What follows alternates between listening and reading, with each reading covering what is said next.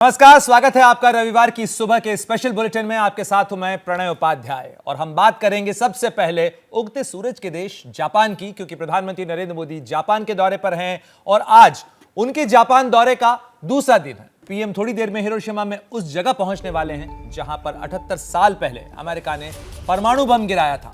PM Hiroshima peace memorial के में एटमी बम हमले में मारे गए लोगों को श्रद्धांजलि देने के लिए वहां पहुंचेंगे।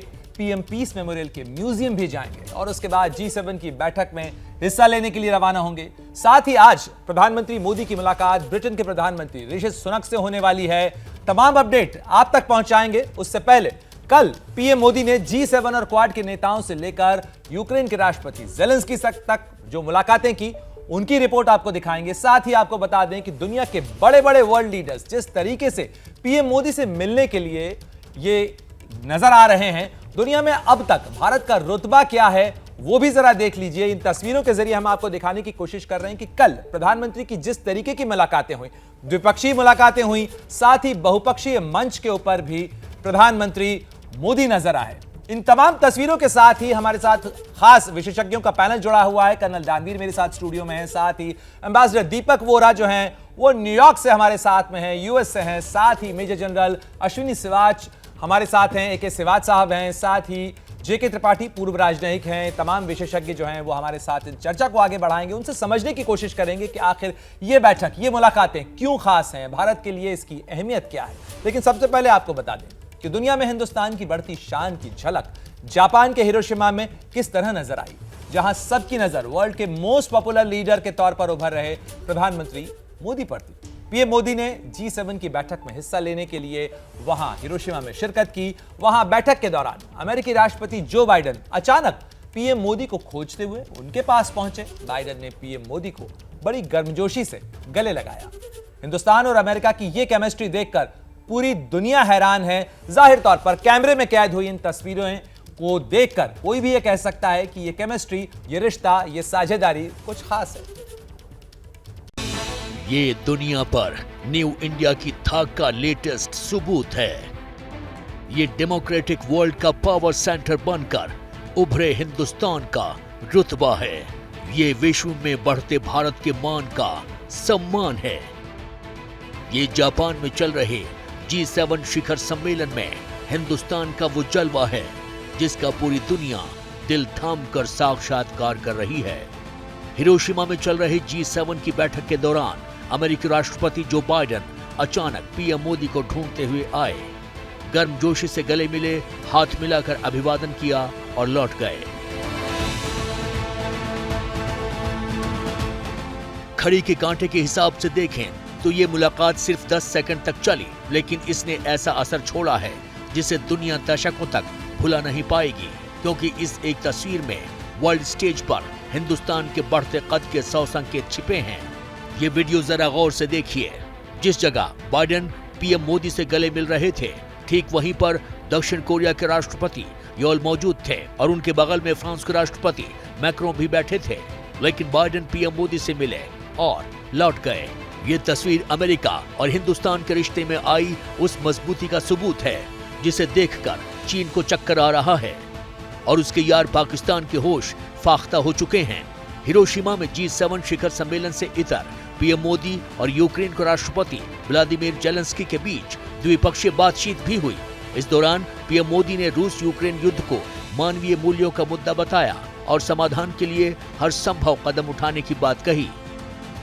यूक्रेन में चल रहा युद्ध पूरे विश्व के लिए बहुत बड़ा मुद्दा है। पूरे विश्व पर इसके अनेक प्रकार के प्रभाव भी पड़े, लेकिन मैं इसे राजनीति या अर्थव्यवस्था का मुद्दा नहीं मानता। मेरे लिए यह मानवता का मुद्दा है कि इसके समाधान के लिए भारत और निजी रूप से मैं स्वयं, हमसे जो कुछ भी हो सकता है हम अवश्य करेंगे। पिछले साल फरवरी में शुरू हुई रूस यूक्रेन लड़ाई के बाद जेलेंस्की और प्रधानमंत्री के बीच फोन पर बातचीत तो कई बार हुई थी, लेकिन जंग शुरू होने के बाद प्रधानमंत्री मोदी और जेलेंस्की की ये पहली मुलाकात थी। भारत G20 का मौजूद अध्यक्ष है और G7 में बतौर आमंत्रित सदस्य शामिल हुआ है, इसलिए इस पूरे आयोजन में हिंदुस्तान की धमक है। दुनिया को भारत में दिख रही संभावनाओं की चमक है और प्रधानमंत्री मोदी की बातों पर पूरे विश्व की नजर है। वैसे भी पॉपुलैरिटी के मामले में प्रधानमंत्री मोदी के आगे दुनिया का कोई लीडर नहीं टिकता। इसका सबूत है latest global leader approval rating, जिसमें पीएम मोदी ने एक बार फिर दुनिया के टॉप लीडर्स को बहुत पीछे छोड़ दिया है। 78% अप्रूवल रेटिंग के साथ मोदी ग्लोबल पॉपुलैरिटी में तमाम नेताओं से आगे हैं। अमेरिका के राष्ट्रपति जो बाइडेन और ब्रिटेन के पीएम ऋषि सुनक भी पीएम मोदी से पीछे हैं। दुनिया भर में 10 से 16 मई के बीच लिए गए सैंपल के आधार पर मॉर्निंग कंसल्ट पॉलिटिकल इंटेलिजेंस की तरफ से जारी की गई ये रेटिंग पीएम मोदी की वर्ल्ड वाइड पॉपुलैरिटी का वो सबूत है, जिसका असर G7 की बैठक में भी नजर आ रहा है। तो जापान के हिरोशिमा में प्रधानमंत्री नरेंद्र मोदी के कल की मुलाकातों के कार्यक्रम की तस्वीरें हमने आपको बताई, साथ ही हमने आपको दिखाया कि क्या अहमियत है प्रधानमंत्री के इस दौरे की और आज प्रधानमंत्री का कार्यक्रम क्या कुछ रहने वाला है। जरा एक बार नजरों में आपको दिखा देते हैं। प्रधानमंत्री ऋषि सुनक से उनकी मुलाकात होनी है द्विपक्षीय ब्रिटेन के प्रधानमंत्री के साथ में। G7 के आखिरी सत्र में सुबह 6:30 बजे के करीब का वक्त होगा जब प्रधानमंत्री उसमें शामिल होंगे। सुबह 10:15 बजे भारतीय समय के अनुसार वो पापुआ न्यू गिनी के लिए रवाना हो जाएंगे, क्योंकि पापुआ न्यू गिनी की राजधानी पोर्ट मॉरिसबे उन्हें पहुंचना है। वहां उन्हें 6:40 पे गार्ड ऑफ ऑनर दिया जाएगा, यानी उनका स्वागत होगा। और अब से कुछ देर बाद तस्वीरें हमारे सामने होंगी जब हिरोशिमा के पीस मेमोरियल में प्रधानमंत्री मोदी पहुंचेंगे। वहां पर 78 साल पहले हुए एटमी बम धमाके या हमले के में मारे गए लोगों को श्रद्धांजलि प्रधानमंत्री मोदी देंगे। ये बेहद खास है। और आपको दिखा दें कि पीस मेमोरियल क्या है। दरअसल 6 अगस्त 1945 को इसी जगह पर बम गिराया गया था दूसरे विश्व युद्ध के दौरान, और इस महाविस्फोट में अब तक एक ही पल में 1,26,000 लोग मारे गए थे। हिरोशिमा का शहर 80% से ज्यादा जलकर खाक हो चुका था। 29 किलोमीटर के क्षेत्र में तबाही का मंजर देखने को मिला था और बड़े इलाके में न्यूक्लियर रेडिएशन फैला था। और उसके 9 दिन बाद जापान ने सरेंडर कर दिया था और रेडिएशन से कई बीमारियां वहां पर फैली। इसके अंदर लाखों लोग मारे गए। और इसी की याद के अंदर ये जो इमारत है, ये दरअसल उसी की निशानी है। ये जो खंडहर है, इसे एटॉमिक डोम कहा जाता है। ये उस पीस मेमोरियल में, हिरोशिमा के उस पीस मेमोरियल के तौर पर वहां खड़ा हुआ है, इस पीस मेमोरियल पार्क के अंदर। और इस खंडहर को जापानी प्रतिरोध का प्रतीक भी माना जाता है। पहले ये प्रीफेक्चरल इंडस्ट्रियल प्रमोशन का हॉल हुआ करता था। 1966 में इसे शांति स्मारक घोषित किया गया और 1996 में यूनेस्को विश्व धरोहर इसे घोषित कर दिया गया। तो तस्वीरों में आप देख सकते हैं कि ये जो खंडहर इमारत दिख रही है, दरअसल ये दूसरे विश्व युद्ध में एटमी बम के इस्तेमाल, उसकी तबाही की याद दिलाती है कि कितना खौफनाक हो सकता है जब युद्ध छिड़ता है तो उसे रोकना कितना मुश्किल हो जाता है और वो तबाही के ऐसे मंजर खड़े करता है। तो इन तस्वीरों के साथ प्रधानमंत्री के कार्यक्रम के साथ अब सीधे रुख करते हैं। हमारे साथ विशेषज्ञों का पैनल हमारे लगातार जुड़ा हुआ है। सबसे पहले मैं रुख करना चाहूंगा एम्बेसडर दीपक वोरा। आप खास तौर पर जानकार हैं, लेकिन कल के कार्यक्रमों की अगर समीक्षा करें आप अगर ये बता सकें, कल आधा दर्जन से ज्यादा बायलैटरल मीटिंग्स, उसके अलावा मल्टीलैटरल मीटिंग्स, G7, क्वाड, बहुत सारी महत्वपूर्ण बातें प्रधानमंत्री के तौर पर नरेंद्र मोदी ने वहां पर कही, भारत की बात रखी। आपको कौन सी बात सबसे खास लगी? बहुत अच्छा प्रश्न है आपका। आभारी हूं कि आपने मौका दिया। न्यूयॉर्क में बैठा हूं, यहाँ शाम के 8:10 हैं। 8 डिग्री तापमान है और बारिश हो रही है। जैसा अगर आप वर्चुअल बैकग्राउंड देख पा रहे हैं आपको पता लगेगा। But thank you. फिर आपके जो विशेषज्ञ एम्बेसडर त्रिपाठी हैं, कर्नल दानवीर साहब हैं, जैनब साहब हैं, बहुत कुछ हमेशा इनसे सीखता हूं, आपसे सीखता हूं। सबसे अहम चीज जो मुझे लगी है, एक तो ये गए थे हिरोशिमा में पीस पार्क में, वहां पर वो जो आपने डोम दिखाया था वो केवल एक इमारत खड़ी रही जब वहां पर बॉम्ब गिराया गया था, तो शायद उसकी कोई स्पिरिचुअल सिग्निफिकेंस है। उन्होंने ये कहा था, और सर मैं बड़े ध्यान से सुन रहा था जो उन्होंने वहां पे संबोधित किया लोगों को, कि बुद्ध और गांधी के बताए हुए मार्ग पर चलें तो विश्व शांति हो सकती है। ये एक संदेश था यूक्रेन के लिए भी। आप अंतर देखिएगा, प्राइम मिनिस्टर कहते हैं भारत के कि सीज फायर होनी चाहिए, तब हम शांति के वार्तालाप करेंगे, आगे बढ़ेंगे। लेकिन जो वो कॉमिक एक्टर हैं यूक्रेन वाले, वो कहते हैं कि मुझे और हथियार देते जाओ और अल्टीमेटली मिलिट्री विक्ट्री हम लेंगे। प्राइम मिनिस्टर इंडिया के ने कहा है कि मिलिट्री कोई सलूशन नहीं है इस समस्या का। तो ये उन्होंने मैसेज देने की कोशिश की है जब उनकी बायलैटरल मीटिंग्स भी हुई। और जहां तक मुझे पता लगा है, जितनी उनकी बायलैटरल मीटिंग्स हुई हैं, सब ये माने हैं कि समस्या का समाधान करना है, लेकिन ये ऑफिशियली कहा जाता है, लेकिन ऑन द ग्राउंड उनके जो एक्शंस हैं, चाहे वो जो बुड्डन हो चाहे दूसरे लोग हों, वो कुछ और हैं। तो मुझे ये लगता है इस बार जो मैंने देखी है G7 की मीटिंग, ये एक ग्रुपिंग है जो एक रेलेवेंस ढूंढ रही है। ये बहुत पुरानी अब संस्था हो चुकी है, इसका अब कोई महत्व नहीं है।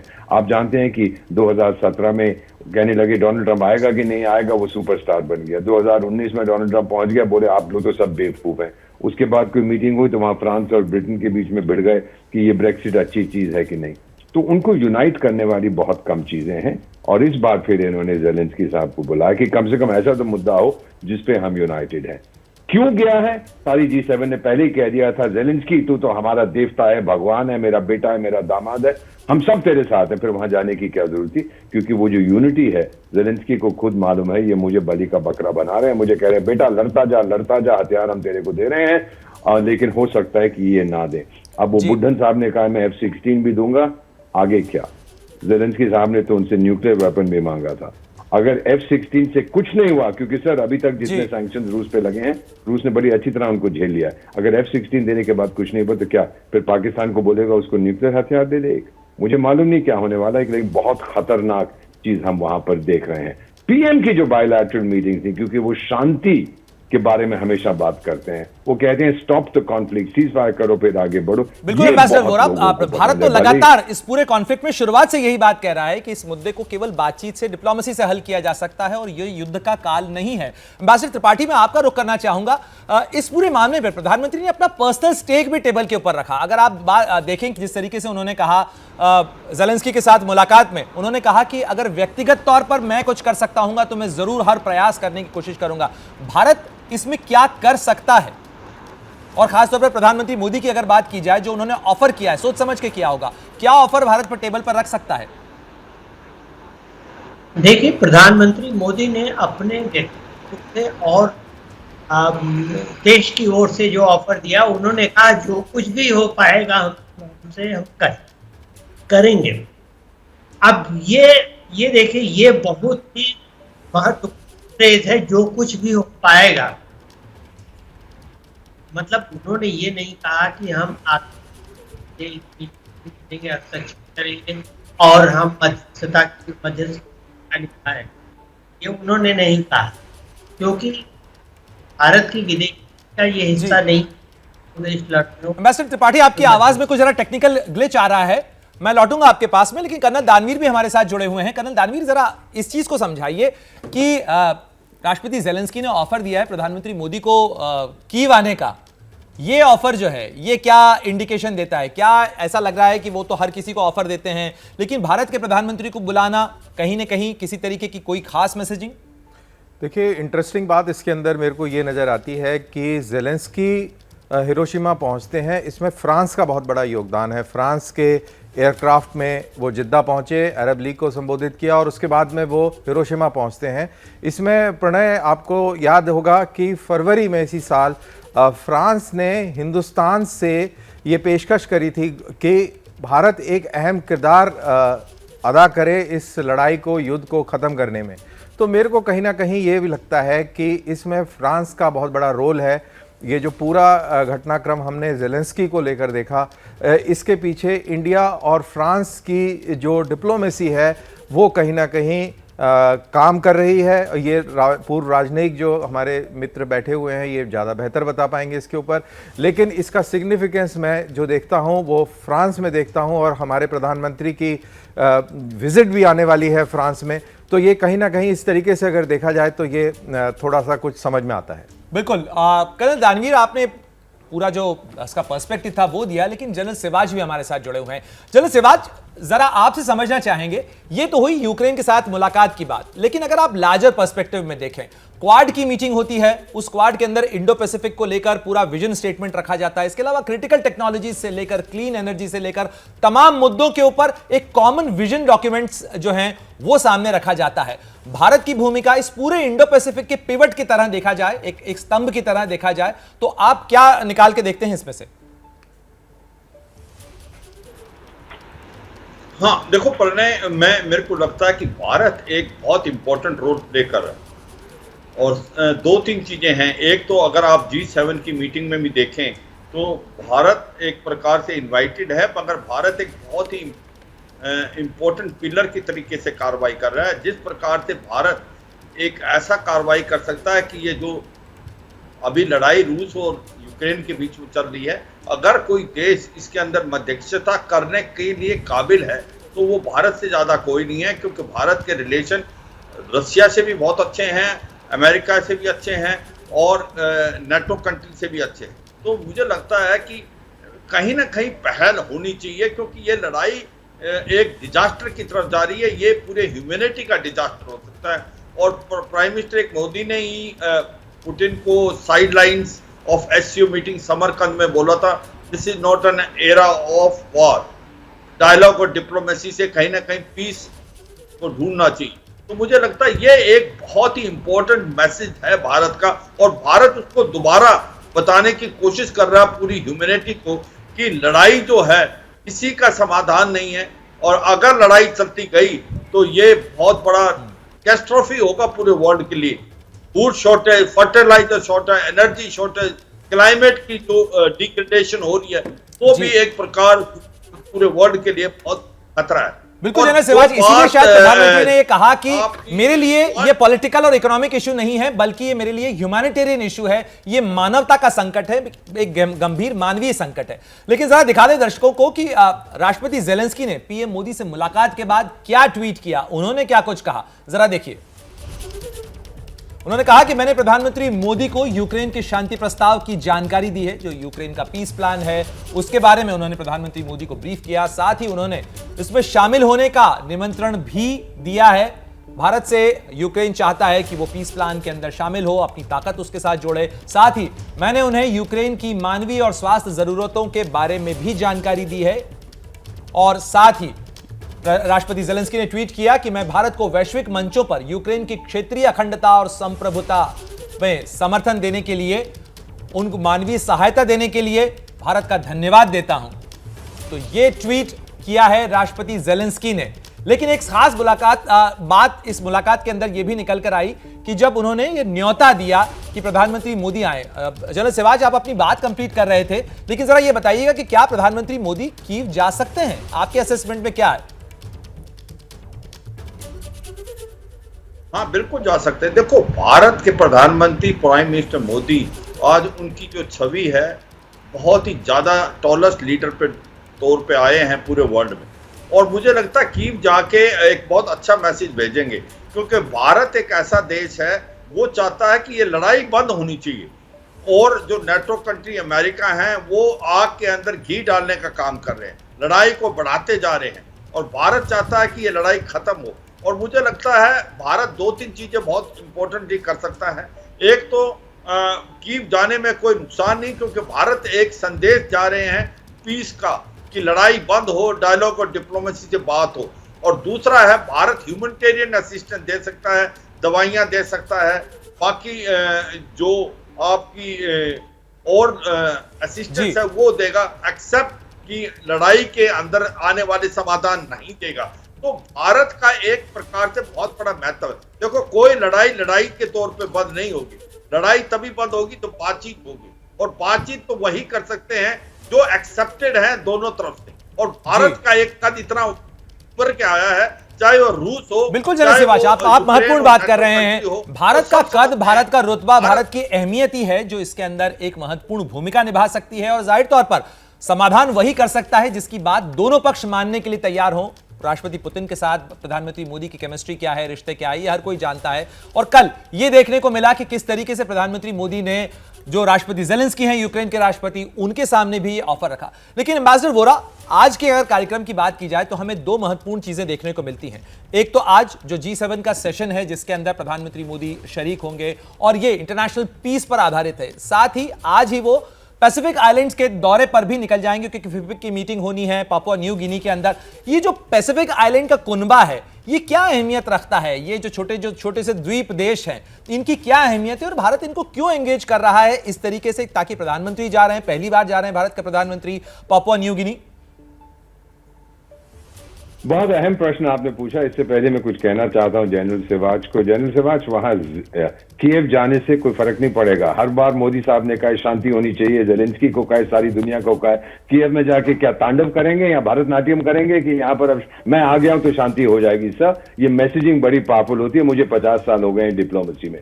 आपने अभी बात की है sir about the Pacific island. Sir, Papua New Guinea में जो हमारा दूतावास है वो मैंने खोला था। मैं उस समय मलेशिया में पोस्टेड था एज डेप्यूटी हाई कमिश्नर, जाके वहां पे खोला था। क्या है उस वक्त सर, हम बात करते हैं इंडो पैसिफिक की, तो पैसिफिक आइलैंड्स के बिना कुछ नहीं हो सकता। आपको याद है सर, जरूर आपने कवर भी किया था, पिछले साल चीन ने सोलोमन आइलैंड्स के साथ एक बड़ा सीक्रेट एग्रीमेंट साइन करने की कोशिश की थी कि आपके आइलैंड को हम यूज करेंगे, हमारी नेवी यूज करेगी। फिर वो कोई वंगी होता था उनका फॉरेन मिनिस्टर, वो भागा गया 8 पैसिफिक आइलैंड देशों में और जाके बोला ये लो मैं एक MOU लेके आया हूं, साथ में इतने पैसे लेके आया हूं, दस्तखत करिए और अब आप सब मेरे चमचे बन गए। वो 8 के 8 इकट्ठे हुए, बोला कि भाग जाए यहां से, तेरे से हम कुछ साइन नहीं करेंगे। लेकिन ये एक वेकअप कॉल था कि चीन वहां घुसने की कोशिश कर रहा है। इसीलिए तुरंत उसके बाद ऑस्ट्रेलिया ने और यूनाइटेड स्टेट्स ने अपना एक स्पेशल एनवॉय भेजा। भारत ने भी ये कदम उठाया है कि यस, ये जो पैसिफिक आइलैंड नेशंस हैं ये बहुत महत्वपूर्ण है। सर, मेरा कल 7-8 साल हो गए हैं या 10 साल हो गए, हमने इंडिया पैसिफिक आइलैंड फोरम की स्थापना की थी। 2 मीटिंग हो गई, अब तीसरी मीटिंग है, 7 साल के बाद हो रही है। बीच में किसी कारणवश नहीं हो पाई थी, लेकिन ये एक रीएफर्मेशन हम बता रहे हैं कि भाई हम आपके पार्टनर हैं, हम नहीं बेसिस नहीं चाहते, हम कुछ नहीं चाहते, हम आपकी मदद करना चाहते हैं और आपका योगदान चाहते हैं कि जो इकोनॉमिक रिकवरी होने वाली है उसके लिए हमें फ्री एंड ओपन सीज हैं। आप पैसिफिक ओशन में जहां तक आपके टेरिटोरियल वाटर्स हैं, आप किसी को वहां घुसने नहीं दीजिएगा। हम चीन का नाम नहीं लेंगे, लेकिन सबको पता है कि इशारा किस तरफ है और फिर हम उनकी मदद करेंगे। एलिफेंट इन द रूम कहा जाता है हमेशा, हर बड़ी टेबल के ऊपर कहीं ना कहीं ये मुद्दा देखने को मिलता है कि चीन का बढ़ता हुआ दबदबा, उसकी जो दादागिरी है और खास तौर पर एशिया पैसिफिक या इंडो पैसिफिक के आंगन में जिस तरीके का खेल चीन खेलने की कोशिश कर रहा है। कल दानवीर, अगर मिलिट्री स्ट्रैटेजी के लिहाज से बात की जाए, हमने देखा कि किस तरीके से बढ़ते बढ़ते रूस यूक्रेन का युद्ध इस लेवल तक आ गया। 400 दिन से ज्यादा का वक्त हो चुका है, अभी तक खत्म नहीं हुआ है।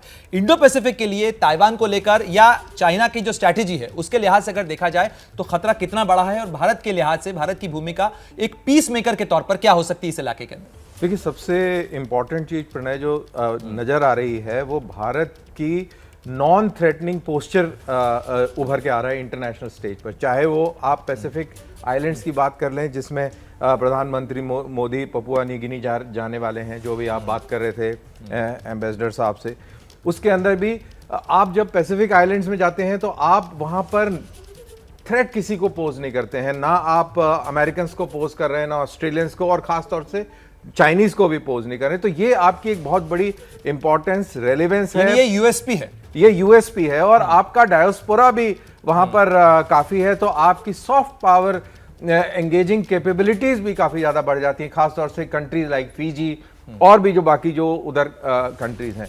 तो आप यूक्रेन को या किसी भी कॉन्फ्लिक्ट जोन को जोड़ें भारत की इमेज के साथ, तो भारत का रोल बहुत अहम हो जाता है आज के इस परिप्रेक्ष्य में।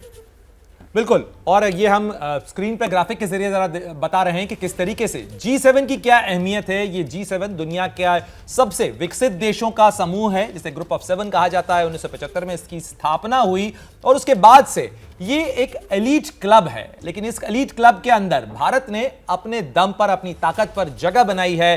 मैं रुक करना चाहूंगा, एम्बेसडर जेके त्रिपाठी हमारे साथ लगातार जुड़े हुए हैं। एम्बेसडर त्रिपाठी, ये G7 की बैठक के बाद जिस तरीके से एम्बेसडर वोरा भी जिक्र कर रहे थे कि असली क्लब तो G20 है और G20 की मेजबानी भारत कर रहा है इस समय। अगले कुछ ही महीनों में यानी सितंबर की शुरुआत के अंदर 9 और 10 तारीख को जो G20 की समिट होनी है, उसके लिहाज से, उसकी डिप्लोमेसी के लिहाज से अगर बात की जाए तो G7 की इस बैठक के अंदर प्रधानमंत्री की जितने एंगेजमेंट्स हैं उसे आप किस तरीके से देखते हैं और भारत की G20 की मेजबानी कैसे कामयाब होगी इस बैठक के बाद? देखिए, एक चीज आप और इसके साथ अगर जोर से देखिए, प्रणय, मेरी आवाज आ रही है? जी बिल्कुल सर। हाँ, इसके साथ एक चीज और जोर से देखिए कि अभी जनवरी में भारत ने जो ग्लोबल साउथ के देशों का एक वर्चुअल समिट की थी और उससे ये निकल के आया था कि भारत ग्लोबल साउथ का एक अघोषित नेता हो चुका है। तो अब ग्लोबल साउथ और G20 का मेंबर भारत है ही और इस साल उसकी अध्यक्षता कर रहा है। और G7 में बुलाया जाना, हालांकि 7वीं बार है G7 में बुलाया जाना, ये दिखाता है कि भारत का इंटरनेशनल या ग्लोबल स्टेटस इतना हो चुका है कि भारत अब विकसित देश होने की तैयारी में है। और ऐसा भारत गरीब देशों यानी ग्लोबल साउथ और अमीर देशों ग्लोबल नॉर्थ दोनों के बीच में एक पुल का, एक ब्रिज का, एक सेतु का काम कर रहा है। ग्लोबल नॉर्थ की साउथ की समस्याएं ग्लोबल नॉर्थ को बताने का और उसके कंसर्न को एड्रेस करने का काम कर रहा है। तो ये चीज भारत के पक्ष में बहुत अच्छी जा रही है। एक चीज और मैं ये करना चाहूंगा, जैसा कि अभी बिल्कुल एम्बेसडर त्रिपाठी, मैं रोकना चाहूंगा आपको। इस समय ये जो लाइव तस्वीरें देख रहे हैं आप अपने स्क्रीन के ऊपर, ये तस्वीरें जो हैं ये पीस मेमोरियल की हैं, जब तमाम नेता वहां पर पहुंच रहे हैं। इस पीस मेमोरियल के अंदर, ये हिरोशिमा का पीस मेमोरियल है, प्रधानमंत्री मोदी को भी आप देख सकते हैं। साथ ही G7 के जो तमाम नेता हैं वो इन तस्वीरों के अंदर साफ नजर आ रहे हैं। जापान के प्रधानमंत्री फूमियो किशिदा मेजबान की भूमिका में हैं, जापान मेजबानी कर रहा है। और इस समय जब कल दोनों नेताओं की मुलाकात हुई, यानी प्रधानमंत्री मोदी की और फूमियो किशिदा की मुलाकात हुई, तो उसमें यह भी चर्चा हुई कि G7 और G20 दोनों के मेजबान देश किस तरीके से अपने इस एजेंडा को आगे बढ़ा सकते हैं, किस तरीके से सहमति के बिंदु तलाशे जा सकते हैं। और आप देखिए नेताओं का तमाम पावरफुल काफिला, ये वो लोग हैं जिनके हाथ में किसी भी युद्ध को रोकने की चाबी होती है। ये तमाम लोग उस जगह पर पहुंचे हैं जो हिरोशिमा का पीस मेमोरियल है। ये पीस मेमोरियल गवाही देता है उस खौफनाक मंजर की जो आज से 78 साल पहले यानी 6 अगस्त 1945 को इस शहर ने देखा था, दुनिया ने देखा था, और जिसे एटॉमिक मशरूम कहा जा सकता है। वो आज से 78 साल पहले इसी शहर के आसमान पर नजर आई थी जब अमेरिका ने एटॉमिक बम गिराया था। हिरोशिमा, नागासाकी, जापान के 2 शहरों ने इस तरीके से एटॉमिक हमला देखा था और उसके बाद जापान ने सरेंडर कर दिया था दूसरे विश्व युद्ध में। लिटिल बॉय नाम का एटम बम गिराया गया था और इस महाविस्फोट से 1,26,000 लोग मारे गए थे। 80% से ज्यादा हिरोशिमा शहर जलकर खाक हो गया था और जो इमारत बची भी थी, जो इस पीस मेमोरियल के बीच में खड़ी हुई है, जिसे आप देख सकते हैं स्क्रीन पे, तमाम नेता उसी तरफ बढ़ रहे हैं। और ये वो इमारत है जो गवाही देती है कि जब युद्ध छिड़ता है और हथियारों का इस्तेमाल होता है और लड़ाई एटॉमिक बम या एटॉमिक हथियारों के इस्तेमाल तक जाती है, तो इन धमकियों के मायने क्या होते हैं, उनके इस्तेमाल का खतरा कितना गंभीर होता है और मानवता उसका कितनी बड़ी कीमत अदा करती है। ज़ेनबाकू डोम इसे कहा जाता है। दरअसल ज़ेनबाकू जापानी का शब्द है जिसमें एटॉमिक बम कहा जाता है, उसे ज़ेनबाकू डोम कहा जाता है। और यह खंडहर जापानी प्रतिरोध का भी प्रतीक कहा जाता है। यह पहले एक दरअसल प्रीफेक्चरल इंडस्ट्रियल प्रमोशन का हॉल था जो कि आज एक शांति स्मारक बन गया है। 1966 में इसे शांति स्मारक घोषित किया गया। 1964 के अंदर इस पार्क को बनाया गया। यह हिरोशिमा पीस पार्क है जहां तमाम नेता पहुंचे हैं। G7 के नेता जो सदस्य देश हैं वो भी हैं, साथ ही खास मेहमान के तौर पर चाहे ब्राजील के राष्ट्रपति लूला हों, भारत के प्रधानमंत्री नरेंद्र मोदी हों, इंडोनेशिया के राष्ट्रपति जोको विडोडो हों, ये तमाम वो नेता हैं जो यहां पर पहुंचे हैं। और ये लाइनअप आप देख सकते हैं, ये ग्लोबल पावर का लाइनअप है जो इस समय तस्वीरों में आप देख सकते हैं, ये सामने नजर आ रहा है। और इस लाइनअप के साथ साथ ये तमाम जो नेता यहां पे पहुंचे हैं ये श्रद्धांजलि अर्पित करेंगे उन लोगों को जिन्होंने इस युद्ध की कीमत चुकाई, जो लोग इस युद्ध के अंदर मारे गए, खासतौर पर हिरोशिमा के अंदर जो लोग 6 अगस्त 1945 को मारे गए दूसरे विश्व युद्ध के दौरान एटॉमिक बम के कारण, उन लोगों को श्रद्धांजलि देंगे। तो ये तस्वीरें बहुत पावरफुल हैं। कर्नल दानवीर, ये तस्वीरें ये बताती हैं कि युद्ध की कीमत कितनी गंभीर हो सकती है। 1 मिनट के अंदर कितनी बड़ी तबाही युद्ध ला सकता है और हथियारों के इस्तेमाल के बारे में ये रेस अगर बढ़ती है तो कितना बड़ा खामियाजा मानवीयता भुगतती। शायद यही कारण कि प्रधानमंत्री मोदी ने कहा कि मेरे लिए रूस यूक्रेन युद्ध जो है वो राजनीतिक और आर्थिक संकट नहीं बल्कि एक मानवीय संकट है। बिल्कुल, एब्सोल्युटली ये एक रिमाइंडर है दुनिया को कि न्यूक्लियर वॉर अगर हो तो उसके क्या नतायज हो सकते हैं। इसमें ये ध्यान रहे प्रणय कि ये लिटिल बॉय जो इस्तेमाल किया गया था, इसकी जो क्षमता थी वो शायद 2 KT के बराबर की थी। और आजकल जो बॉम्ब्स इस्तेमाल होते हैं या लोगों के आर्सेनल में जो बॉम्ब्स हैं वो कई 100 किलोटन के हैं, मेगाटन्स के हैं। तो कई गुना तबाही फैलाने में एक बम अपना रोल अदा कर सकता है। तो इसीलिए इस स्मारक पे विजिट की अहमियत बढ़ जाती है और जो पीस का संदेश भारत दे रहा है उसकी अहमियत बढ़ जाती है। और ये तब बात हो रही है जब न्यूक्लियर हथियारों के इस्तेमाल की जो थ्रेट्स हैं वो हमने यूक्रेन में देखी। हमारे पड़ोसी मुल्क आए दिन at the drop of the hat nuclear हथियार चलाने का थ्रेट देता है। और वहीं चीन और उसका जो परम मित्र नॉर्थ कोरिया है वो भी न्यूक्लियर मसल फ्लेक्स करने की बार बार चेतावनी देता है। तो ऐसे पूरे सिचुएशन में ये इमेजेस भी बहुत पावरफुल हैं और जो मैसेज जो इंडिया वर्ल्ड को देना चाह रहा है वो भी बहुत अहम और पावरफुल है। बिल्कुल महत्वपूर्ण बात कर रहे हैं आप कर्नल दानवीर। और साथ में जनरल सिवाच, मैं आपका भी रुख करना चाहूंगा, लगातार जनरल सिवाच भी हमारे साथ जुड़े हुए हैं। जनरल सिवाच, ये जो तस्वीरें हैं, ये जो मैसेजिंग है, कल प्रधानमंत्री मोदी ने इसी पार्क के अंदर गांधी की जो प्रतिमा थी उसका अनावरण किया और उसके साथ ही उन्होंने कहा कि मैं बुद्ध और गांधी की धरती से आता हूं, शांति का संदेश हम देना चाहते हैं। लेकिन भारत जब इस मंच के ऊपर खड़ा होता है और एक मजबूत सशक्त आवाज के तौर पर परमाणु निशस्त्रीकरण की बात करता है, लेकिन जो अलग देश साथ में खड़े हुए हैं ये तो वो देश हैं जो हथियार प्रोवाइड कर रहे हैं, जो वेपन पैकेजेस हैं। लगातार राष्ट्रपति जेलेंस्की के साथ जो इन तमाम G7 के देशों की बातचीत हो रही है वो तो सब वेपन पैकेज की बात हो रही है सर। हाँ बिल्कुल, देखो पर यही एक बड़ा विडंबना है। और भारत एक ऐसा देश है जो कि सच्चे मन से शांति चाहता है और वो चाहता है कि ये रूस और यूक्रेन की लड़ाई एक कैटास्ट्रोफी की तरफ जा रही है और ये बंद होनी चाहिए। और बार बार कहता है डायलॉग और डिप्लोमेसी से ये लड़ाई का कोई समाधान निकलना चाहिए। मैं इस बातचीत से मानता हूँ कि जो बाकी G7 कंट्रीज हैं ज़्यादातर वो हैं जो कि जेलेंस्की को हथियार दे रहे हैं और वो आग में घी डालने का काम करें। ये लड़ाई अगर लंबी चली तो इसको कुछ कोई नहीं कह सकता ये लड़ाई कहीं न्यूक्लियर हथियार की तरफ या थर्ड वर्ल्ड वॉर की तरफ तो नहीं जा सकती, क्योंकि अभी इसके ऊपर जितने लोगों ने सोचा वो सब अलग अलग सोचते गए। किसी ने ये सोचा भी नहीं था कि ये लड़ाई इतनी लंबी चली जाएगी और अब ये इसकी इंटेंसिटी बढ़ती जा रही है। अगर ये बढ़ेगी तो ये पूरी ह्यूमैनिटी के लिए बहुत नुकसान हो सकता है। और जिस प्रकार से प्राइम मिनिस्टर मोदी ने बोला कि हम महात्मा बुद्ध और गांधी के लैंड से हैं, एक शांति का संदेश लेके गए हैं और वो यही कह रहे हैं बार बार, लड़ाई किसी चीज का समाधान नहीं, बातचीत से बैठ के एक प्रकार से हम इसका सलूशन निकालें। और मुझे लगता है मैं इसी तरीके से जो पहले बता रहा था कि भारत के प्रधानमंत्री कहीं जा सकते हैं, मॉस्को जा सकते हैं, कीव जा सकते हैं, उनका जाना का मतलब एक ही है, एक पीस का मैसेज लेना, एक डायलॉग और डिप्लोमेसी की तरफ ले जाना। क्योंकि बाकी देश ज्यादातर ऐसे हैं जो कि एक प्रकार से इस लड़ाई को बढ़ा रहे हैं और स्पेशली नेटो कंट्री अगर जेलेंस्की को हथियार देते गए तो ये लड़ाई लंबी खिंचेगी और ये लड़ाई अगर लंबी खिंचती है तो ये वर्ल्ड की शांति के लिए एक बहुत बड़ा खतरा है। और ये जो बिल्कुल जनरल सिवाच, मैं चाहता हूं कि इस वक्त जो है जनरल वोरा, जनरल सिवाच, मैं चाहता हूं कि समय एम्बेसडर वोरा की भी एक जरा छोटी सी टिप्पणी हो जाए।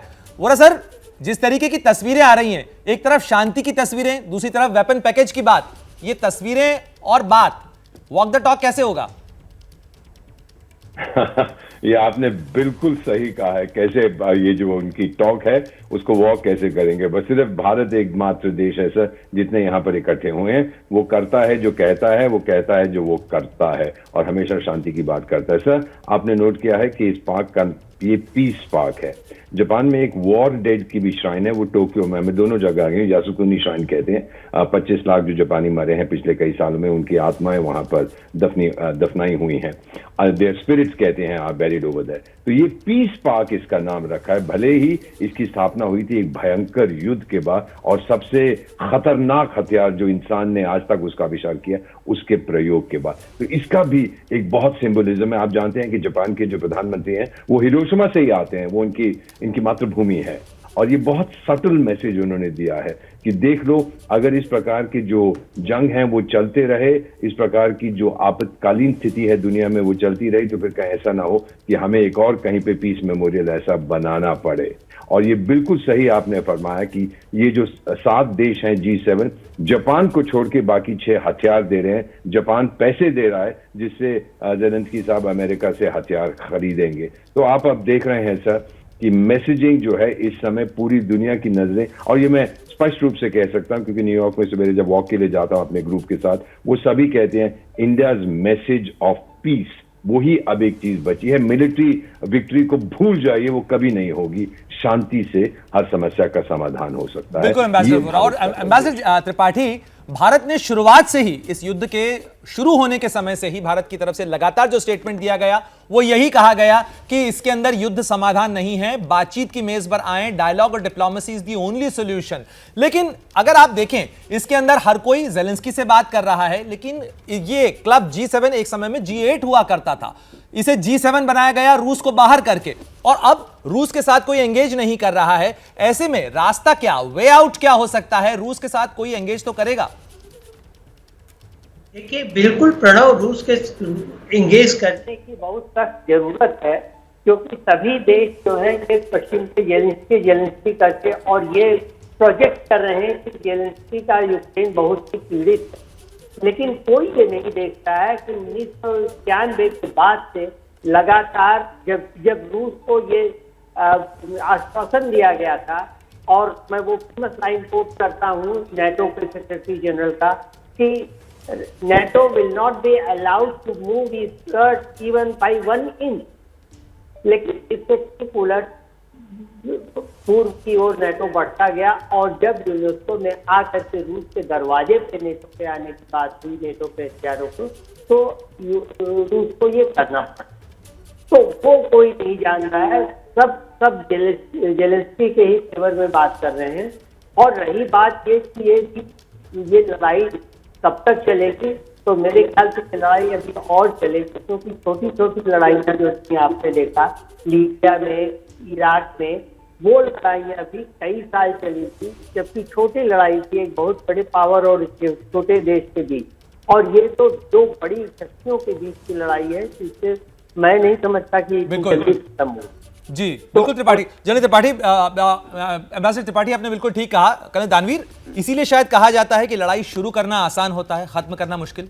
जी हाँ, कॉन्फ्लिक्ट रेजोल्यूशन सबसे मुश्किल काम होता है, सबसे इम्पॉर्टेंट भी होता है, इसमें भी कोई शक नहीं है। लेकिन प्रणय, जो आप डिस्कस कर रहे थे, जो आपने जो बात कही कि पहुँचे सब हिरोशिमा के इस मेमोरियल पे हैं और बात हो रही है हथियारों के पैकेज की और उसको बेचने की और वगैरह वगैरह, तो इसके अंदर ये चीज़ बिल्कुल ध्यान देंगे। इस G7 में कुछ ऐसे मुल्क हैं जैसे फ्रांस है, जर्मनी है, यूके है और अमेरिका जो इसमें लीड लेता है। इनकी आर्म्स इंडस्ट्री को इस यूक्रेन युद्ध से बहुत ज़बरदस्त फ़ायदा हुआ है, ख़ास तौर से अमेरिकन आर्म इंडस्ट्री को, और उनके जो शेयर हैं वो तकरीबन 200 से 300 गुना उनमें उछाल आया है। तो इसमें कहीं ना कहीं वॉर इकोनॉमी का भी रोल है। ये जो एलीट क्लब है, इसके जितने भी जो मेंबर्स हैं, इनके अंदर वॉर इकोनॉमी का बहुत इंपॉर्टेंट रोल है। तो इसको कहीं ना कहीं वहीं से भी देख के समझना ज़रूरी है। बिल्कुल, आप महत्वपूर्ण बात कर रहे हैं जनरल सिवाच। इसीलिए कहा जा रहा है कि ये इसके अंदर एक डायकोटमी नजर आ रही है। एक तरफ आप हथियार दे रहे हैं बातचीत समाधान के लिए, जो जिस पीस प्लान की भी बात की जा रही है, यूक्रेन के राष्ट्रपति जेलेंस्की एक तरफ पीस प्लान की बात करते हैं, भारत को उसमें इंक्लूड करने की बात कर रहे हैं, लेकिन दूसरी तरफ वो हर जगह जाकर हथियार की बात कर रहे हैं, हथियार पैकेजेस लेने की बात कर रहे हैं, और जो बातचीत की टेबल के ऊपर लाने की कोशिश हुई भी थी वो बीच में फिजल आउट हो जा रही है। बीच में टर्की ने कोशिश की थी, बेलारूस के अंदर एक मीटिंग करने की कोशिश हुई थी, लेकिन उसके बाद से कहीं कोई ऐसी मीटिंग पॉइंट वो नजर नहीं आ रहा है। हाँ बिल्कुल, देखो ये परिणाम, ये सच्चाई है कि ये लड़ाई लंबी खिंचती जा रही है, और ये भी सच है कि इसमें सबसे ज्यादा अमेरिका को फायदा हुआ है, क्योंकि उसकी आर्मामेंट इंडस्ट्री सबसे ज्यादा फूली फली है। और ये भी नहीं, सच्चाई यह है कि जो यूरोप वो एक बिखरा हुआ नजर आ रहा था, फ्रांस जर्मनी दूसरी भाषा बोलते थे, वो भी इसके नजदीक आ गए। और कहीं ना कहीं जो गैस और ऑयल आती थी रूस से पूरी की पूरी यूरोप में, वो भी अब कट गई है, और उसको अब अमेरिका देगा काफी हद तक। तो ये सच्चाई है कि अमेरिका को तो इससे लड़ाई से बहुत फायदा हुआ है। और एक चीज और देखें, यूरोप का माहौल पूरा क्या बदला है कि जो स्वीडन और फिनलैंड जैसे देश जो कि न्यूट्रल रहना चाहते थे, आज वो भी नेटो का हिस्सा बनना चाहते हैं। एक आर्मामेंट इंडस्ट्री की होड़ लग गई है। लड़ाई होने के बाद ये रशिया और यूक्रेन की 78% जो हथियार हैं वर्ल्ड के अंदर, उनकी बिक्री बढ़ी है। तो आप समझ सकते हैं कि पूरा वर्ल्ड डिजास्टर की तरफ जा रहा है, कितनी क्लाइमेट डिग्रेडेशन हो रहा है, ये लड़ाई जो है आज रूस और यूक्रेन, इसके कितने इंपैक्ट एडवर्स होने वाले हैं, यही मुझे लगता है भारत बार बार बताने की कोशिश कर रहा है। ये जीत और हार का नहीं, ये ह्यूमैनिटी की लॉस का क्वेश्चन है। इसमें कौन जीतेगा कौन हारेगा, मगर जो पूरा वर्ल्ड है वो लगता है हारेगा, क्योंकि जिस प्रकार से फूड है, फर्टिलाइजर है, उसकी कमी महसूस हो रही है। कहीं ना कहीं क्लाइमेट की डिग्रेडेशन हो रही है, कहीं ना कहीं न्यूक्लियर हथियार जो आज हम बात कर रहे हैं, हिरोशिमा और नागासाकी की, क्या एक डिजास्टर हो गया था 1945 में, कहीं हम उसकी दरवाजे की तरफ तो नहीं जा रहे। कहीं ऐसा तो नहीं है कि आने वाले समय में न्यूक्लियर हथियारों की होड़ लगे और न्यूक्लियर हथियार का इस्तेमाल किया जाए, तो ये एक वर्ल्ड की शांति के लिए बहुत बड़ा डिजास्टर हो सकता है। और मुझे लगता है भारत एक सच्चे मन से एक दूत का है पीस का, वो नहीं चाहता ये लड़ाई खिंचे, इसीलिए बहुत बहुत महत्वपूर्ण बात आप कर रहे हैं। ये एक ग्लोबल रिमाइंडर के तौर पर ये तस्वीरें जो आ रही हैं इस समय जापान के हिरोशिमा से, वो देखी जानी चाहिए। ये दुनिया के तमाम नेताओं के लिए ये एक संदेश की तरह है। जो पावरफुल नेता हैं वो फिलहाल इस समय जापान के हिरोशिमा के इस पीस पार्क के अंदर खड़े हैं। उस युद्ध की तबाही का जो मंजर इस शहर ने देखा, उसका एक रिमाइंडर है और ये श्रद्धांजलि है। साथ ही ये एक तरीके से बताने की कोशिश है कि जब तबाही का मंजर आगे बढ़ता है तो वो कितना खतरनाक हो सकता है। और शायद तभी किसी शायर ने कहा था कि युद्ध किसी मसले का क्या समाधान देगी, युद्ध तो खुद एक मसला होता है। एम्बेसडर वोरा, लेकिन प्रधानमंत्री मोदी जब कहते हैं कि ये ग्लोबल साउथ के लिए ये मानवीय संकट है और ग्लोबल साउथ की वॉइस के तौर पर हम इस बात को सामने रखना चाहते हैं, ग्लोबल साउथ के नजरिए से अगर आप लार्जर पर्सपेक्टिव में देखें, दुनिया के वो तमाम देश जो कि विकासशील देश हैं, उन पर इस जंग का क्या असर पड़ा हुआ है? क्यों भारत लगातार ग्लोबल साउथ की बात कर रहा है और कह रहा है कि ग्लोबल साउथ एक स्पिरिट है उसके लिए?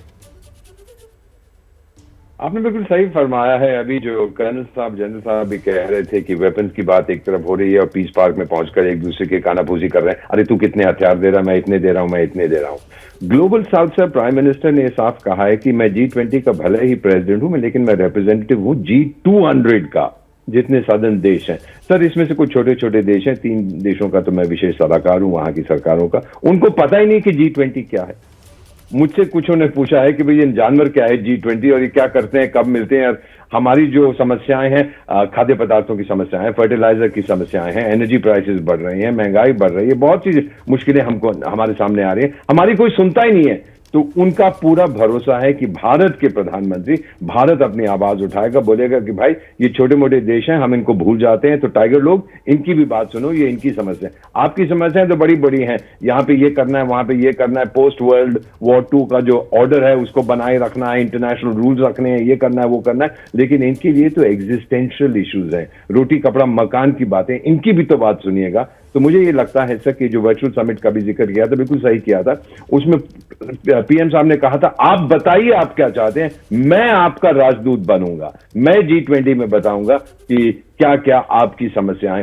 इसीलिए सर, जो मैं हमेशा बड़ी खुशी के साथ, गर्व के साथ कहता हूं, मुझे तो एक, जिन देशों में मैं स्पेशल एडवाइजर हूं, एक ने मुझे फोन किया था कि अब हम समझ गए G20 क्या और भारत जिस प्रकार से अपना रोल निभा रहा है, we have chosen India as our partner. और मैं उसका हमेशा यही जवाब देता हूं, ऑलवेज से, यही है राइट चॉइस बेबी।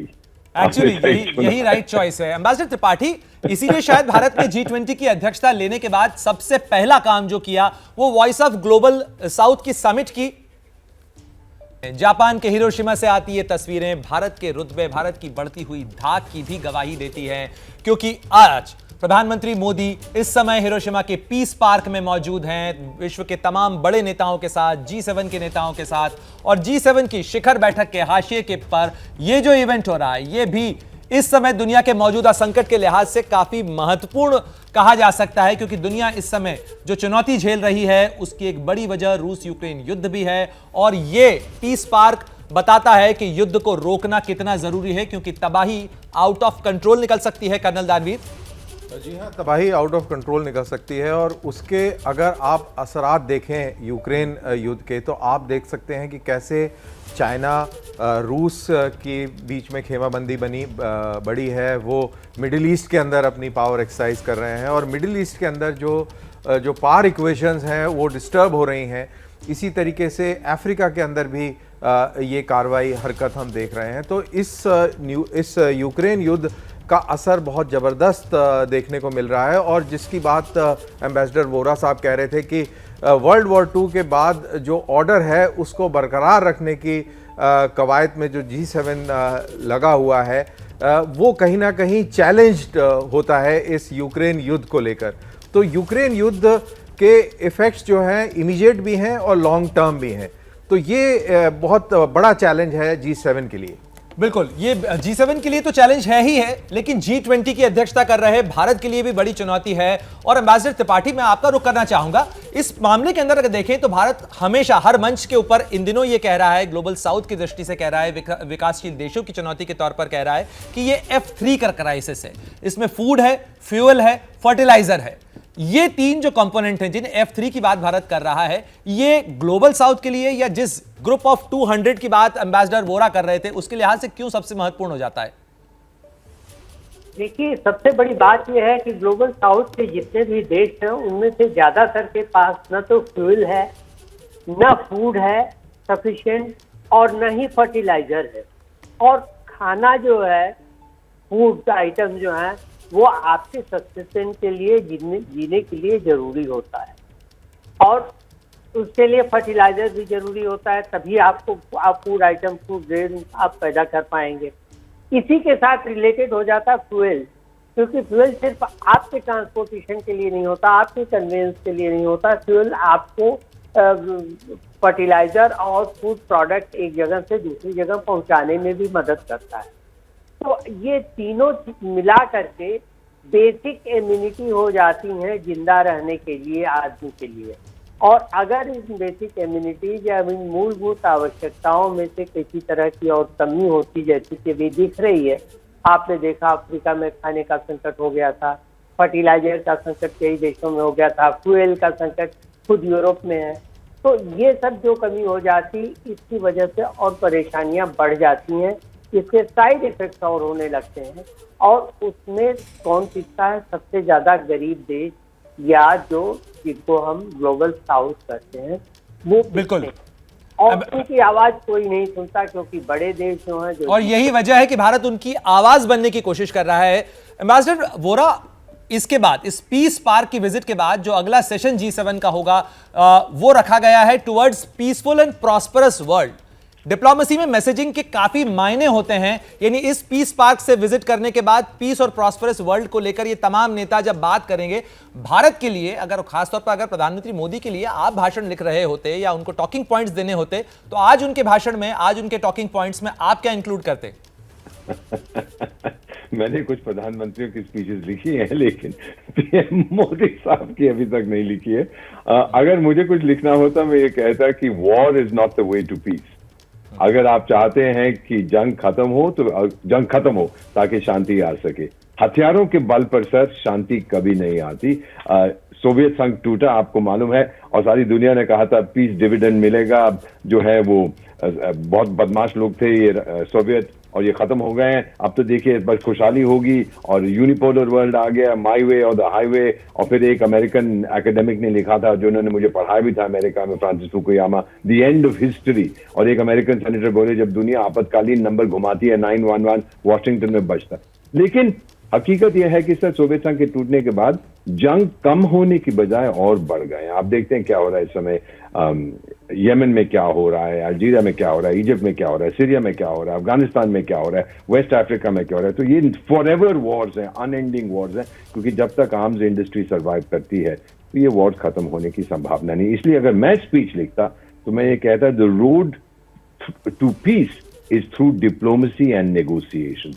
बातचीत करिए, टेबल पर बैठिए, समाधान ढूंढिएगा। अल्टीमेटली सर, अगर हमें वर्ल्ड पीस चाहिए, बिल्कुल एम्बेसडर वोरा, और आज प्रधानमंत्री क्या बोलेंगे ये तो थोड़ी देर में सामने आ जाएगा, लेकिन कल क्वाड की मीटिंग के अंदर प्रधानमंत्री मोदी ने क्या कुछ कहा, जरा वो भी दर्शकों को सुना देते हैं। किन बातों के साथ वो इस मेज पर पहुंचे थे? प्रधानमंत्री अल्बनीसी, प्रधानमंत्री किशिदा और राष्ट्रपति बाइडेन आज मित्रों के बीच इस क्वाड समिट में भाग लेते हुए मुझे प्रसन्नता है। क्वाड समूह इंडो पैसिफिक में शांति, स्थिरता और समृद्धि सुनिश्चित करने के लिए एक महत्वपूर्ण प्लेटफॉर्म के रूप में स्थापित हुई है। इसमें कोई संदेह नहीं है कि इंडो पैसिफिक क्षेत्र में वैश्विक व्यापार, इनोवेशन और विकास का इंजन है। हम एकमत हैं कि इंडो पैसिफिक की सुरक्षा और सफलता केवल इस क्षेत्र के लिए नहीं बल्कि पूरे विश्व के लिए महत्वपूर्ण है। रचनात्मक एजेंडा के साथ साझा लोकतांत्रिक मूल्यों के आधार पर हम आगे बढ़ रहे हैं। साझा प्रयासों से हम फ्री, ओपन और इंक्लूसिव इंडो पैसिफिक के हमारे विजन को प्रैक्टिकल डायमेंशन दे रहे हैं। Climate action, disaster management, strategic technologies, reliable supply chain, health security, maritime security, counter terrorism जैसे महत्वपूर्ण क्षेत्रों में हमारा सकारात्मक सहयोग बढ़ रहा है। कि प्रधानमंत्री का कल का दिन बेहद खास रहा। 6 से ज्यादा द्विपक्षीय मुलाकातें उनकी दुनिया के बड़े बड़े नेताओं से हुई। साथ ही G7 और क्वाड के मंच पर भी उन्होंने महत्वपूर्ण बातें कही। लेकिन एक महत्वपूर्ण बात जो उन्होंने कही वो ये थी कि अगले साल क्वाड की मेजबानी भारत करने जा रहा है और ये तमाम तस्वीरें हम आपको बता रहे हैं कि कल उनकी मुलाकातें कैसी रहीं। ये तस्वीरें बताती हैं कि भारत की जो अहमियत है, भारत का जो रुतबा है वो किस तरीके से बढ़ रहा है। दुनिया के मंच पर दुनिया के तमाम नेता भारत के नेता के साथ मिलना चाहते हैं, बात करना चाहते हैं और साथ ही इस बात के ऊपर भी सहमत हैं जब प्रधानमंत्री मोदी कहते हैं कि ये एक वैश्विक संकट का समाधान मिलजुल कर किया जा सकता है। सबका साथ, सबका विकास ही समाधान का मंत्र है। तो दुनिया के तमाम नेता इस बात को सुनते हैं। विशेषज्ञों का पैनल हमारे साथ लगातार जुड़ा हुआ है, चर्चा को आगे बढ़ाएंगे। लेकिन क्वाड के मंच के ऊपर जिस तरीके से प्रधानमंत्री मोदी ने क्वाड की अगली बैठक की मेजबानी की बात की, जनरल सेवाज, मैं आपका रुख करना चाहूंगा। एक चर्चा इन दिनों चल रही है कि यह संभव है कि 26 जनवरी पर सलामी मंच पर एक साथ क्वाड के नेता नजर आए। अगर ऐसा हो पाता है तो कितना महत्वपूर्ण, कितना पावरफुल यह मैसेज होगा? और बिल्कुल पढ़ने बहुत पावरफुल होगा। देखो, सच्चाई ये है कि भारत बार बार एक चीज कह रहा है कि भाई ये क्वाड जो बना है, बार बार रूस और चीन बोलते हैं इसको एशियन नेटो। भारत ने ये बताया फ्री, ओपन और इंक्लूसिव इंडो पैसिफिक की बात हो रही है, जिसके 3 टेनेंट है: freedom of navigation, rule based international order और maintaining territorial integrity and sovereignty of all nation including minor island nation. और इसीलिए पैसिफिक में जो आइलैंड्स हैं उनके साथ भारत मिलकर शांति दूत की तरह गया है। और ये सच्चाई है कि भारत जो एक मैसेज लेके गया है कि शांति आनी चाहिए, डायलॉग और डिप्लोमेसी से आनी चाहिए। और क्वाड में भी जो दादागिरी है चीन की, जिस प्रकार से वो एक्सपेनिज्म एटीट्यूड कर रहा है, उसके अगेंस्ट भारत है। और भारत इसके ही नहीं, भारत कह रहा है डिजास्टर मैनेजमेंट भी करो, क्लाइमेट चेंज के अगेंस्ट भी करो, ह्यूमैनिटेरियन असिस्टेंस के लिए भी करो जो छोटे छोटे देश हैं। तो एक बहुत बदलाव किया भारत ने। और देखें जैसे प्रकार से G20 की अभी अध्यक्षता से भारत ने कितना चेंज करके पूरे वर्ल्ड G20 मेंबर्स को, पूरे इंडिया को दिखाने की कोशिश की। इसी प्रकार जब क्वाड की अध्यक्षता भारत को आएगी तो भारत एक पीस मेकर का काम करेगा। भारत चारों देशों को लेके दिखाने की कोशिश करेगा कि किस प्रकार से पूरा वर्ल्ड शांति की तरफ जा सकता है। और ये जो दादागिरी और ये जो एक्सपेनिज्म एटीट्यूड का चीन का, वो किसी के फायदे के लिए नहीं है। अगर शांति चाहिए इस इलाके में, डेवलपमेंट चाहिए, छोटे छोटे देश चाहिए, इंडोनेशिया, मलेशिया, ब्रुनेई, फिलीपीन, जो परेशान है चीन की दादागिरी से, वो एक ही तरीके से हो सकते हैं, मिल बैठ के। तभी ये संदेश बार बार भारत भेजता है, तुम ना संसार को शमशान बनाना सीखो बल्कि अभिशाप को भी वरदान बनाना सीखो। ठहरो इंसान को भगवान बनाने वालों, पहले इंसान को इंसान बनाना सीखो। मुझे लगता है ये जो भारत मैसेज लेके जाता है, जिस प्रकार से प्राइम मिनिस्टर मोदी लेके गए हैं मैसेज, वो एक शांति के दूत में लेके गए हैं। और वो यही दिखा रहे हैं कि लड़ाई किसी चीज का समाधान नहीं, आओ मिल बैठ के कोई ना कोई सोल्यूशन निकालें। एक चीज बहुत अच्छी बात कर रहे हैं, इंसान को इंसान बनाना ही यही सबसे बड़ी चुनौती बनता जा रहा है। एम्बेसडर वोरा, आज जो अगला सेशन है G7 का, इस पर हम पहले भी बात कर रहे थे, towards peaceful and prosperous world. इस towards peaceful and prosperous world में क्या क्या चीजें इस समय जो वैश्विक चुनौतियां हैं, चाहे क्लाइमेट चेंज की हो या ग्लोबल इकोनॉमिक रिसेशन की हो, इसका समाधान तो मिलकर ही हो सकता है। क्या आपको लगता है कि G7 की बैठक से आज जो डिक्लेरेशन आएगा उससे कोई कॉन्क्रीट टेंजिबल फॉर्मूला निकल कर आ सकता है, या हमें G20 की बैठक का इंतजार करना होगा? G7 के जो सदस्य हैं सभी G20 के मेंबर्स हैं। हम लोग G77 के भी मेंबर्स हैं, विकासशील देश हैं। अब तो 122 हैं, ग्रुप ऑफ 77, बहुत पुरानी संस्था है। तो सर हम राम सेतु हैं। हम दुनिया की मैनेजमेंट क्लब के भी सदस्य हैं G20, और वर्कर्स यूनियन, लेबर यूनियन के भी मेंबर्स हैं। दोनों के बीच में हम समझौता करा सकते हैं। लेकिन एक महत्वपूर्ण बात है, जनरल साहब ने भी जिक्र किया था, एम्बेसडर त्रिपाठी ने भी, कर्नल साहब ने भी, कि कई जो हमारी ग्लोबल प्रेसिंग इश्यूज हैं वो प्रीडेट करती हैं यूक्रेन क्राइसिस को, और यूक्रेन क्राइसिस जब खत्म हो जाएगा तो ये समस्याएं नहीं चली जाएगी। भले ही ज़ेलेंस्की साहब जो सर्कस में काम करते कहने की कोशिश करते हैं कि जब बस ये क्राइसिस सॉल्व होगी सारी दुनिया में दूध और शहद बहने लगेगा, ऐसा नहीं होगा। क्या है वो प्रेसिंग इश्यूज? आप ही ने जिक्र किया था, एक सेहत है, हेल्थ, क्लाइमेट चेंज है, debt relief, food security, digitisation, economic recovery जिसके लिए फ्री एंड ओपन सीज चाहिए, आतंकवाद, नई टेक्नोलॉजी। सर 500 साल पहले जब अंग्रेज हुकूमत करने आए थे अफ्रीका पर, लैटिन अमेरिका पर, एशिया पर, वो हवाई जहाज या मोटर कार या ट्रेन से नहीं आती थी, ये चीजें नहीं थी, वो समुद्र के रास्ते से आए थे। और अगर रिकवरी होनी है, 90% दुनिया का कॉमर्स समुद्र के रास्ते से जाता है, तो फ्री एंड ओपन सीज चाहिए। यही चीजें हैं जो वो बात करेंगे, यही क्रिटिकल इश्यूज हैं जो आज हमारे सामने है। यूक्रेन, मुझे बहुत बुरा लगता है कि लोग वहां पर मर रहे हैं, लेकिन यूक्रेन एक अननेसेसरी डिस्ट्रैक्शन है, जिस तरह से यमन हुआ था, जिस तरह सूडान में हो रहा है या वेस्ट अफ्रीका में। मेन इश्यूज जो हैं, ह्यूमन सर्वाइवल की जो इश्यूज हैं, उन पे G7 जरूर फोकस करेगा, कुछ कहेगा, क्योंकि पीएम साहब हर लेक्चर में, हर स्पीच में, हर संबोधन में इन्हीं चीजों के ऊपर बात करते हैं। उन्होंने ये नहीं कहा है कि जब तक यूक्रेन की समस्या का समाधान नहीं होगा तो कुछ नहीं और हो सकता। वो उन बातों पे जोर दे रहे हैं जो यूनिवर्सल है, यूक्रेन से पहले थी और यूक्रेन के बाद भी रहेगी। बिल्कुल एम्बेसडर वोरा, ये तो जो प्रेसिंग इश्यूज हैं वो बरकरार हैं, लेकिन अगर देखें आप G7 के मंच पर या दुनिया के जो बड़ा क्लब है, चाहे सिक्योरिटी काउंसिल के जो परमानेंट मेंबर्स हैं, उनका जो बड़ा तबका है, उसके लिए तो सारे इश्यूज यूक्रेन पर आकर ही सिमट जाते हैं। कर्नल दानवीर, यही वजह है कि इस समय कंसेंसस नहीं निकल पा रही है और जो सारा फोकस है वो यूक्रेन पर जाकर सिमट जाता है। यूक्रेन कह रहा है उसके लिए एग्जिस्टेंशियल क्राइसिस है, और अगर हथियार नहीं दिए जाते हैं तो उसके लिए अपना बचाव करना मुश्किल हो जाएगा और ये एक बहुत बड़ा डिजास्टर होगा। पूरा यूरोप इसी के इर्द गिर्द, सारी बहस जो है वो कई दिनों से, कई महीनों से इसी के इर्द गिर्द घूम रही है।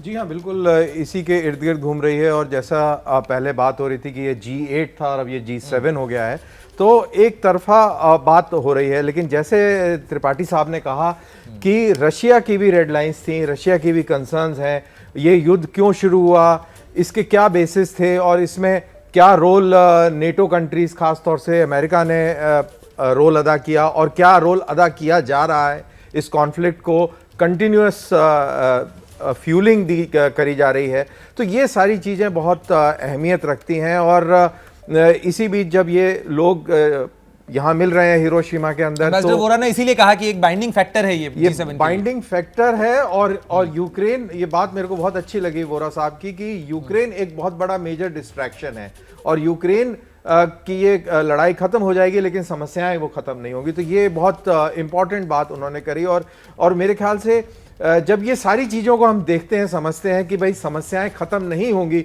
यूक्रेन वॉर के बाद, तो यहाँ पर इंडिया का रोल बहुत अहम आ जाता है। क्योंकि इंडिया जिस तरीके से अपने आप को पिच कर रहा है इंटरनेशनल फोरम्स में, चाहे वो जैसे वोरा साहब ने कहा G200 की नुमाइंदगी कर रहा है वो G20 के अंदर रहते हुए, तो ये एक बहुत इंपॉर्टेंस गेन कर जाता है। और मेरे ख्याल से ये एस्पेक्ट दुनिया समझ रही है। इसीलिए मोदी साहब को, या मोदी साहब को कहूं या मैं इंडिया को कहूं, कि वो अहमियत हमको इंटरनेशनल फोरम में मिल रही है। बिल्कुल, भारत की बढ़ती हुई जो अहमियत है, भारत का जो बढ़ता हुआ रुतबा है, और साथ ही भारत की बात का जो वजन लगातार बढ़ रहा है, उसकी बड़ी वजह यही है कि भारत उन मुद्दों की बात कर रहा है जो लोगों की जिंदगी से ज्यादा जुड़े हुए मुद्दे हैं। आज का दिन हिरोशिमा में, जापान में उनके दौरे का दूसरा दिन है और इस दौरे में उनकी G7 में शिरकत के साथ साथ एक महत्वपूर्ण द्विपक्षीय मुलाकात भी होनी है। आपको बता दें दरअसल कि G7 क्या है। 1997 में रूस भी इसका सदस्य था, लेकिन उस समय ये G8 हुआ करता था। 2014 में रूस को बाहर किया गया क्योंकि क्राइमिया संकट के बाद इस क्लब ने तय किया कि रूस इसका हिस्सा नहीं हो सकता। दुनिया की 30% GDP के ऊपर इसका दबदबा है। और साथ ही दुनिया की 10% आबादी G7 के कुनबे में रहती है। यानी आप अंदाजा लगाइए, 10% आबादी और 30% आर्थिक संसाधन। इसके अंदर दुनिया के जो बड़े और विकसित इंडस्ट्रियलाइज्ड देश हैं, इसीलिए इसे G7 कहा जाता है, ग्रुप ऑफ 7 है ये। और इसके एजेंडा के अंदर महंगाई बड़ा मुद्दा है, वैश्विक संकट का मुद्दा है, क्लाइमेट चेंज वैश्विक संकट का मुद्दा है, इसके समाधान पर बात होगी। स्वास्थ्य संकट कोरोना संकट के बाद में एक महत्वपूर्ण मुद्दे के तौर पर उभरा है। परमाणु निरस्त्रीकरण ये भी एक महत्वपूर्ण मुद्दा है। मुक्त व्यापार ये भी G7 का एजेंडा आइटम है। और फ्री इंडो पैसिफिक रीजन, क्योंकि G7 और क्वाड की बैठक एक साथ हो रही है, इस लिहाज से भी ये बहुत महत्वपूर्ण हो जाता है। और रूस यूक्रेन संकट को आखिर कम कैसे किया जाए। और इस क्लब की अगर बात की जाए, इस मंच की बात की जाए, तो भारत की शिरकत कई बार होती रही है। प्रधानमंत्री के तौर पर अटल बिहारी वाजपेयी एक बार इसमें शामिल हुए, प्रधानमंत्री के तौर पर मनमोहन सिंह G7 या उस समय G8 जब था तब भी उसमें शामिल हुए, 5 बार उन्होंने शिरकत की। और 4 बार प्रधानमंत्री के तौर पर नरेंद्र मोदी भी G7 के मंच पर पहुंचते रहे हैं। और इस पर मामले के ऊपर G7 की अहमियत, आज के प्रधानमंत्री के एंगेजमेंट्स पर चर्चा को आगे बढ़ाने के लिए हमारे साथ तमाम विशेषज्ञ लगातार जुड़े हुए हैं। सुबह से हम इस मामले के ऊपर चर्चा कर रहे हैं, इसके विभिन्न पहलुओं को समझने की कोशिश कर रहे हैं इन तमाम एक्सपर्ट्स के अनुभव के साथ में। लेकिन आज एक महत्वपूर्ण मुलाकात होनी है ब्रिटेन के प्रधानमंत्री ऋषि सुनक के साथ भी पीएम मोदी की। एम्बेसडर त्रिपाठी, मैं आपका रुख करना चाहूंगा। हाल के दिनों में हमने देखा है कि जो सेपरेटिस्ट, खासतौर पर खालिस्तानी एजेंडा की अगर बात की जाए, तो ब्रिटेन के अंदर कुछ तस्वीरें ऐसी आई जो हर भारतीय को परेशान करने वाली थी, जिसके अंदर भारत का जो हाई कमीशन है उस पर झंडे के साथ हुई बदसलूकी का भी मामला है। क्या आपको लगता है कि आज जब प्रधानमंत्री मोदी मुलाकात करेंगे ऋषि सुनक से, तो ये एक मुद्दा भी होगा कि रिश्तों को की बेहतरी के लिए जरूरी है कि इस तरीके की अलगाववादी ताकतों के खिलाफ भी सख्त कार्रवाई की जाए? देखिए, ये मुद्दा जरूर होगा, क्योंकि ये चीज साफ जाहिर करती है कि ब्रिटिश गवर्नमेंट की एडमिनिस्ट्रेशन में या सिक्योरिटी अरेंजमेंट्स में बहुत लैक्सिटी रही है, बहुत लापरवाही रही है। किसी भी देश की सरकार का ये कानूनन उसकी बाध्यता होती, जिम्मेदारी होती है कि उस देश में, उसकी राजधानी में और जगहों पे जहाँ भी उसके दूसरे देशों के राजदूतावास या कंसुलेट्स हो, वहाँ उनकी पूरी सुरक्षा की जाए। ये जो है, ये वियना कन्वेंशन के हिसाब से जरूरी होता है, बाध्यकारी होता है। लेकिन ब्रिटेन ने नहीं किया ऐसा। बाद में ब्रिटिश पीएम ने जरूर ये कहा कि नहीं नहीं, ये हो गया, अब हम सुरक्षा और कड़ी करेंगे। लेकिन ये चीज जरूरी है कि वहाँ पर आप अभिव्यक्ति की आज़ादी के नाम पर लोगों को कितनी खुली छूट दे सकते हैं। एक कहावत है कि your independence ends at my nose, कि मेरी नाक तक आपकी इंडिपेंडेंस है, उसके बाद नहीं है। आप मेरी नाक पर प्रहार नहीं कर सकते, मेरे ऊपर प्रहार नहीं कर सकते। वो अभिव्यक्ति की आज़ादी नहीं है, कार्य की आज़ादी नहीं है। तो ये एक चीज तो होगी, ये जरूर बताया जाएगा, ये उनको समझाने का प्रयास किया जाएगा कि being a person of Indian origin, उनको अच्छी तरह पता है कि भारत में कितने आतंकवाद की कैसी समस्या है और उसको क्यों नहीं सुलझाया जा रहा है। कम से कम एक देश के लेवल पे, ठीक है आप सीसीआई की नहीं कर पा रहे हैं, comprehensive conference on international terrorism, लेकिन आप कम से कम द्विपक्षीय रूप से तो इस समस्या को सुलझा सकते हैं। यही चीज देखिए ऑस्ट्रेलिया के साथ भी होगी, क्योंकि ऑस्ट्रेलिया में, कनाडा में भी ये चीजें होती रही हैं। ये आतंकवादी या सेपरेटिस्ट जो है वो ये करते रहे। लेकिन ब्रिटेन के साथ एक और सबसे बड़ी बात पे बात होगी, जिसकी अभी तक शायद चर्चा नहीं हुई है, वो ये कि भारत और ब्रिटेन के बीच में मुक्त व्यापार समझौता जो काफी दिनों से खटाई में पड़ा है और जिसको पहले की कुछ सरकारें बहुत ही उदासीन थी जिसको करने के लिए, पूरा करने के लिए, ब्रिटेन की सरकारों की मैं बात कर रहा हूँ, उस समझौते को अब और तेजी से उस पर काम किया जाए और बढ़ाया जाए। क्योंकि भारत और ब्रिटेन के बीच में जो व्यापार है, इस सब के बावजूद वो 15 बिलियन 16 बिलियन डॉलर का है, जिसको कि आप आराम से 50 बिलियन डॉलर तक कर सकते हैं। ब्रिटेन में भारत की 800 से ज्यादा कंपनियां मौजूद हैं। तो ये सब चीजें देखते हुए ये जरूरी हो जाता है कि मुक्त व्यापार समझौता किया जाए, ताकि कम से कम भारत और ब्रिटेन के व्यापार में 3 गुने का उछाल तो आ ही सकता है। बिल्कुल एम्बेसडर त्रिपाठी, ये बात आपने बहुत महत्वपूर्ण की है। मैं चाहूंगा कि एम्बेसडर वोरा की भी एक टिप्पणी इसके ऊपर हो कि एम्बेसडर वोरा, जिस तरीके से हमने देखा कि भारत के साथ एफटीए को लेकर पिछले एक दशक में अगर देखा जाए तो एक दौर आया जब भारत के साथ एफटीए करने के लिए कोई बहुत उत्सुकता नहीं थी। यूरोप के साथ एफटीए की जो कवायद थी वो काफी समय तक चलती रही, फिर वो बंद रही। अचानक से इसमें it has got some steam. अचानक ऐसा क्या हुआ है कि अब भारत के साथ हर कोई जो है वो इकोनॉमिक रिलेशन बढ़ाना चाहता है, एफटीए करना चाहता है। यूरोप के साथ भी एफटीए की अलग कवायद चल रही है, ब्रिटेन के साथ में जो है मुक्त व्यापार समझौते की कवायद भी तेजी से आगे बढ़ रही है और उम्मीद की जा रही है कि जल्द ही साइन भी हो जाएगा। दो बड़ी बड़ी पॉपुलेशन हैं दुनिया में, दो ऐसे देश हैं जहां की जनसंख्या बहुत ज्यादा है, भारत और चीन की। चीन का सपना टूट चुका है, अब वो एक नाइटमेयर बन गया है। लोग जाग चुके हैं, कहते हैं कि यहाँ कुछ नहीं होना। कौन बचता है सर? केवल भारत बचता है। वो भारत के मार्केट को देख रहे हैं, वो देख रहे हैं कि इकोनॉमिक ग्रोथ, हाल ही में जो आंकड़े आए हैं कि इंडिया का कंट्रीब्यूशन जो जीडीपी ग्रोथ दुनिया में हो रही है 16, 17, 20%, उसका कंट्रीब्यूशन भारत से जा रहा है टुवर्ड्स द ग्रोथ फिगर। ये बहुत महत्वपूर्ण है कि अब हम एक इंजन बन चुके हैं, fastest growing major economy in the world. तो लोग इसके बहुत मायने समझते हैं। ब्रिटेन की समस्या, एम्बेसडर त्रिपाठी की मैं बहुत इज्जत करता हूँ, is one of the best in our service. Britain की समस्या यह है सर, उसको अंग्रेजी में कहते हैं एटाविज्म। वो पुरानी दुनिया में फंसा हुआ है। जो लोग इस समय ब्रिटेन पर राज कर रहे हैं, चाहे ये साधु संत, क्या नाम है इसका, ऋषि साहब हो या कोई और भी हो, ये सब इन्होंने कहानियां सुनी हुई हैं ब्रिटिश राज की, छोटी हाजिरी बड़ी हाजिरी, ये होती थी वो होती थी। ये इस बात को समझ नहीं पा रहे हैं कि अब भारत की जो आर्थिक व्यवस्था है वो ब्रिटेन से आगे निकल चुकी है। हम उनसे ज्यादा शक्तिशाली, और अगर ब्रिटेन इस समय यूनाइटेड नेशन सिक्योरिटी काउंसिल का मेंबर ना होता तो उसका इंटरनेशनल इन्फ्लुएंस सोमालिया या भूटान से भी कम होता। अब ये जिस दिन समझ आ जाएगा उनको कि India is the engine, you need India more than India need you, उस दिन मुझे लगता है हमारी जो दोस्ती है वो इवन कील, वो सही तरीके पर आ जाएगी, सही राह पर आ जाएगी। तब तक जब ये अफसाना में रहेंगे तो कुछ नहीं होगा sir. Britain remains in fantasy and more fantasy. अब हकीकत में आइएगा। बिल्कुल, और यह हकीकत दुनिया भी समझ रही है, केवल ब्रिटेन ही नहीं जिसने भारत के ऊपर 200 साल राज किया, लेकिन उसके बाद महज 75 सालों में भारत ने कामयाबी की वो दास्तान लिखी कि आज दुनिया झुककर सलाम कर रही है। जनरल सिवाच, ये जो कहा जा रहा है कि जो अगली सेंचुरी है, या कहा जाए ये जो सेंचुरी है वो एशिया की सेंचुरी है और इसके अंदर भारत एक बहुत बड़ा किरदार है, भारत जो है उसकी भूमिका बहुत महत्वपूर्ण होगी।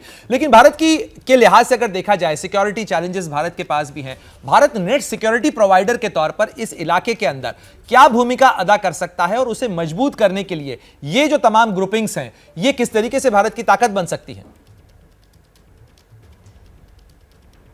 हाँ बिल्कुल, देखो भारत की ताकत सबसे बड़ी है कि आज भारत वैसा नहीं रहा जो पहले था। देखो नॉन अलाइन का मेंबर था पहले भारत, मगर भारत की कोई सुनता नहीं था। मगर आज 4th लार्जेस्ट आर्मी है, डिफेंस फोर्सेज है, और 5th लार्जेस्ट इकोनॉमी है। और आज कोविड-19 से पहले फास्टेस्ट ग्रोइंग इकोनॉमी थे, और आज कोविड-19 के बाद भी हम फास्ट। जनरल सिवाच, मैं रोकना चाहूंगा आपको, ये तस्वीरें बहुत महत्वपूर्ण हो जाती हैं। ये हिरोशिमा पीस मेमोरियल की तस्वीर है और युद्ध की तबाही के मंजर को तस्वीरों में कैद किया गया है। ये वो म्यूजियम है जहां पर हिरोशिमा पर जब 78 साल पहले बम गिराया गया था तो उस समय की जो घटनाक्रम था, उस समय की जो तबाही का मंजर था, उसे तस्वीरों में कैद कर यहां आज भी संजोया गया है, रखा गया है। और प्रधानमंत्री ने वहां पर विजिटर बुक भी साइन की है, साथ ही उन्होंने वो म्यूजियम भी देखा है। ये उस समय की तस्वीरें हैं जो आप अपने स्क्रीन पर देख रहे हैं। प्रधानमंत्री नरेंद्र मोदी हिरोशिमा में हैं और हिरोशिमा में G7 की शिखर बैठक का आयोजन किया जा रहा है। लेकिन उसके मद्देनजर ही आज जो दिन की शुरुआत हुई उसमें तमाम G7 के नेता मौजूद रहे हिरोशिमा के पीस मेमोरियल पार्क के अंदर। और उसी पार्क के अंदर बना हुआ ये पीस म्यूजियम है जो शांति की बात करता है, अमन की बात करता है, साथ ही ये बताता है कि जब लड़ाई छिड़ती है, जब जंग बढ़ती है तो वो इस मुहाने तक भी जा सकती है जहां पर तबाही का ऐसा खौफनाक मंजर देखने को मिल सकता है। जी जनरल सिवाच, इन तस्वीरों के साथ ही मैं चाहूंगा कि आप अपनी बात को आगे बढ़ा रहे थे, लेकिन ये तस्वीरें जो हैं ये भी बहुत महत्वपूर्ण हो जाती हैं इस पीस मेमोरियल पार्क से, जहां पर बहुत मजबूत, जो कहा जाए सशक्त उपस्थिति प्रधानमंत्री मोदी की इन तस्वीरों के साथ और शांति के संदेश के साथ।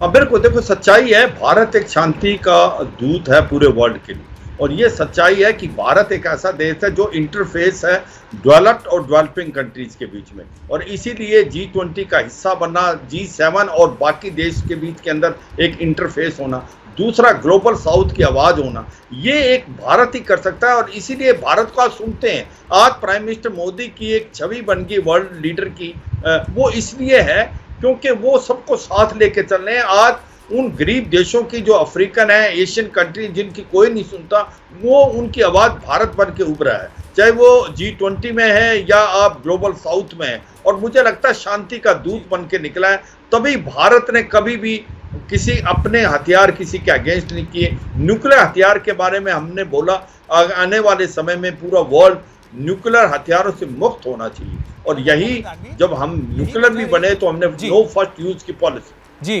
बिल्कुल जनरल सहवाज, जो नो फर्स्ट यूज की पॉलिसी बनाई।